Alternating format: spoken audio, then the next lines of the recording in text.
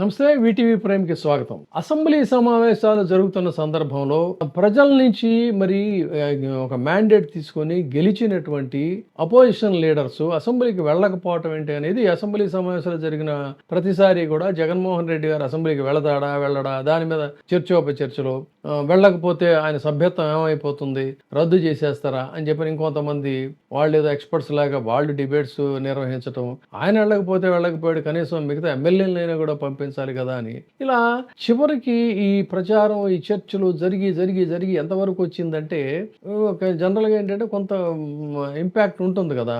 అవును నిజమే కదా అని వైసీపీ సానుభూతి పరుల్లో కూడా కొన్ని ఎమ్మెల్యేలైనా వెళ్ళొచ్చు కదా, ఎమ్మెల్యేల వరకు వెళితేనే బాగానే ఉంటుందేమో అనేటువంటి ఒక చర్చ అయితే దాదాపుగా పాజిటివ్గా వైసీపీకి పాజిటివ్గా ఉండే వాళ్ళలో కూడా ఈ రకమైనటువంటి చర్చ వచ్చింది. ఎన్ని చేసినా సరే ప్రతిపక్ష హోదా ఇచ్చినట్లయితే వెళ్ళటంలో ఔచిత్యం ఉంటుంది, కాదు అన్నట్లయితే మనం వెళ్ళడం ఉపయోగం లేదు అనే దాని మీదే ఆయన గట్టి పట్టుదలతో వైసీపీ నుంచి వాళ్ళు వ్యక్తం చేశారు. కోర్టుకి వెళ్ళారు, ఆ కోర్టులో వ్యవహారం నడుస్తుంది. కానీ అసెంబ్లీకి వెళ్ళడం మంచిదా కాదా అనేటువంటిది వచ్చినప్పుడు చివరికి అసెంబ్లీ సమావేశాలు జరిగినటువంటి తీరు, ముగిసినటువంటి తీరు ఇవన్నీ కూడా పరిశీలించిన తర్వాత చాలా రాజకీయ వ్యూహంతో రాజకీయ చతురతను ప్రదర్శించాడు జగన్మోహన్ రెడ్డి. అసెంబ్లీకి వెళ్ళకపోవడమే మంచిదైంది. జగన్మోహన్ రెడ్డి కానీ ఆయనతో పాటు ఆయన శాసనసభ్యులు కానీ పూర్తి కేవలం శాసనసభ్యులు కానీ ఒకవేళ అసెంబ్లీకి వెళ్ళుంటే అసెంబ్లీ సమావేశాల్లో వాళ్ళని బంతి ఆడుకోవటం, ఎందుకంటే ప్రజా సమస్యల మీద ఏమి పెద్ద వాళ్ళేమి సీరియస్ గా డిస్కస్ చేసింది కానీ నిర్ణయాలు తీసుకుంది కానీ పబ్లిక్ ఒపీనియన్స్ గా అనుగుణంగానే ఫలానా ఇష్యూలో వీళ్ళు సఫర్ అవుతున్నారు, ఫలానా దీని మీద మనం చేద్దాం, లేకపోతే ఇది జరుగుతున్న వాస్తవాలు ఇవన్నీ మాట్లాడింది ఏమీ లేదు. ఎంతసేపు ఏంటంటే ఒక కాలక్షేపంగా లేదు అన్నట్లయితే పనికి మాలినటువంటి అర్ధరహితమైనటువంటి చర్చలు, ఎవడో ఏదో ఇది అన్నాడు, లేకపోతే అది అన్నాడు ఇది అన్నాడు అని చెప్పి మాట్లాడుకోవటం, లేకపోతే వీళ్ళ భాషా పటిమ పందిలాగా వేలాడగట్టారని ఒకడంటాడు, ఒకడేమో సైకో అంటాడు, ఇంకొకడేమో ఎవడాడంటాడు, ఇలాంటి పదజాలాలు, దమ్ముంటే అని ఒకళ్ళు అంటారు, పీక్కోండి అని చెప్పని ఇంకొకళ్ళు అంటారు.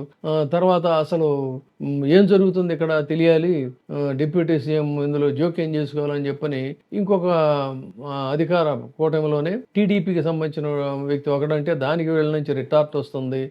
ఇంకొకళ్ళేమో ఇలా అసలు యూరియా గురించి అయితే ఖచ్చితంగా వాళ్లే గొంతెత్తి మాట్లాడారు. ఇక రాజధాని అమరావతి విషయానికి వచ్చినట్టయితే సభ ముగిసేటువంటి సమయానికి సాక్షాత్తు ఒకనాటి చంద్రబాబు నాయుడు గారికి క్లోజ్ అసోసియేట్ అయినటువంటి బీజేపీ విజయవాడ 1 టౌన్ సభ్యుడు మాజీ కేంద్ర మంత్రి సుజనా చౌదరి చాలా విస్పష్టంగా అమరావతి రైతులకి అన్యాయం జరుగుతుందనేటువంటి విషయాన్ని అసెంబ్లీ సాక్షిగా ఆయన కొండబద్దలు కొట్టాడు.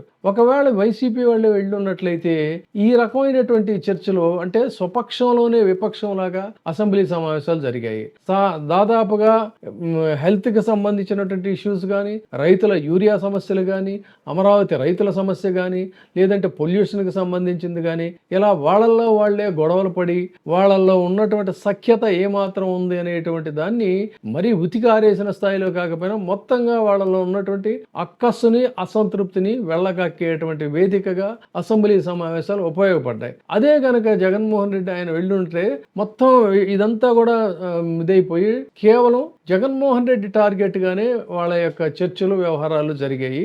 అది లేదు కాబట్టి ఇప్పుడు అసెంబ్లీ సమావేశాలు జరిగిన తీరు చూస్తే చాలా మంది దీన్ని హర్షించలేకపోతున్నారు. అసలు అవసరం ఏంటి, ఎవరో బయట ఒక లండన్లో ఉండేటువంటి వ్యక్తి గురించి వీడు మాట్లాడుకోవటం ఏంటి, లేకపోతే ఎప్పుడో చిరంజీవి గారు ఆయన మర్యాద ఇచ్చాడా, జగన్మోహన్ రెడ్డి గారు సీఎం ఉన్నప్పుడు మర్యాద ఇవ్వలేదా, ఇది అవసరమా? పబ్లిక్ మనీతో కొన్ని లక్షల రూపాయలు రోజుకి ఖర్చు చేసే అసెంబ్లీ సమావేశంలో జగన్మోహన్ రెడ్డి గారు చిరంజీవి గారికి మర్యాద ఇచ్చాడా లేదనే దాని మీద ఒక చర్చ, దాని మీద ఇంకొక కౌంటర్, దాని మీద ఇంకొక ఉన్మాదంతో మాట్లాడేటువంటి స్థితి. ఇవే శాసనసభ సమావేశాలంటే. శాసనసభ ఉన్నది దీనిక, శాసనాలు చేసి పబ్లిక్ ఇష్యూస్ ని డిస్కస్ చేయడానిక. కాబట్టి ఇది చూసుకుంటే ఒక రకంగా చెప్పాలంటే ఈ రోజున శాసనసభ సమావేశాలు పూర్తిగా ఒక రసాభాసగా జరిగాయని చెప్పాలి. తర్వాత చాలా మంది గమనించినట్లయితే అధికార కూటమికి సంబంధించిన చాలా మంది సభ్యులు రాలేదు. రాలేదు. అంటే ఏముంది ఇప్పుడు అక్కడికి వెళ్ళి మనం మాట్లాడేది ఏముంది, చేసేది ఉంది అనేటువంటి ఒక నిర్లిప్తత, నిస్పృహ, నిరాశ చాలా మంది శాసనసభ్యులు చాలా స్పష్టంగా కనిపించిందని చెప్పాలి. సో ఆ విధంగా వాళ్ళ యొక్క వ్యవహార శైలి పబ్లిక్ తెలిసేటువంటి విధంగా ఉండటం కోసమే ఈ శాసనసభలకి వెళ్లకుండా ఒక నిర్ణయం, వ్యూహాత్మకమైనటువంటి నిర్ణయం ఇది. అలాంటి వ్యూహాత్మకమైన నిర్ణయం జగన్మోహన్ రెడ్డి గారు తీసుకున్నాడని చెప్పని ఆ విధంగా ఆయన ప్లాన్ సక్సెస్ అయిందని అయితే మనం చెప్పక తప్పదు. Thank you. ఇప్పుడే సబ్స్క్రైబ్ చేయండి, లైక్ చేయండి, షేర్ చేయండి. వే టీవీ ప్రైమ్, నీ ఉత్తమాభిరుచుల సమ్మేళనం.